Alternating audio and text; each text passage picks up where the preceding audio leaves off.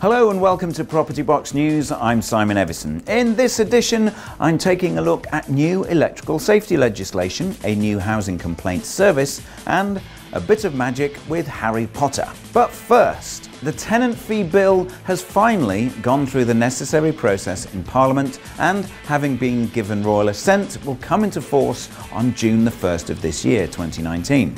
Now, since the announcement, there has been many opinions and viewpoints across the industry, and what the bill means is that letting agents cannot charge any fees for setting up or renewing of a tenancy. Also, it caps the amount of deposit that can be taken to the equivalent of 5 weeks' rent. The government insists it will make renting fairer and more affordable for the tenants when they're setting up a new tenancy. There will of course be implications towards the landlord, and many landlords are hoping that agents will not pass on too much lost revenue to them, and therefore forcing landlords to increase the rents that they charge to cover any extra expenses.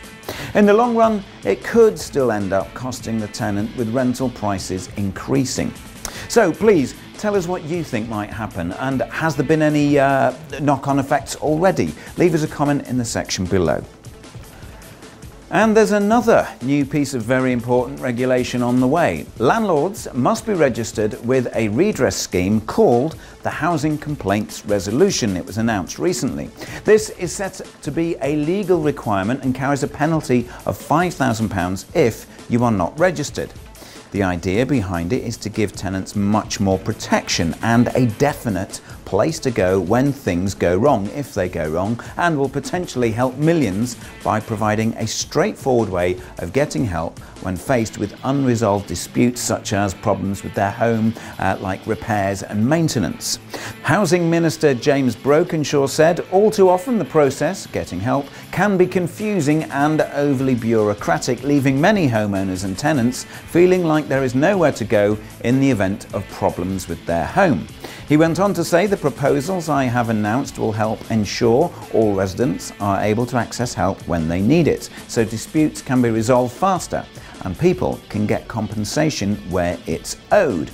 Paul Champlina of Landlord Action feels it will be a good idea, and he said it will encourage landlords to focus on customer service and building relationships as well as the quality of their properties. However, David Smith, Policy Director of the RLA, has concerns that this and other regulations have not been thought through carefully enough and will not fit with other legislation. Also, he pointed out that landlords who use letting agents will be paying unnecessarily because letting agents must be part of a redress scheme already, and this would be added expense to the landlord. As yet, there's no firm date set for the introduction of the new rules, but we will keep an eye out and let you know when it does start happening.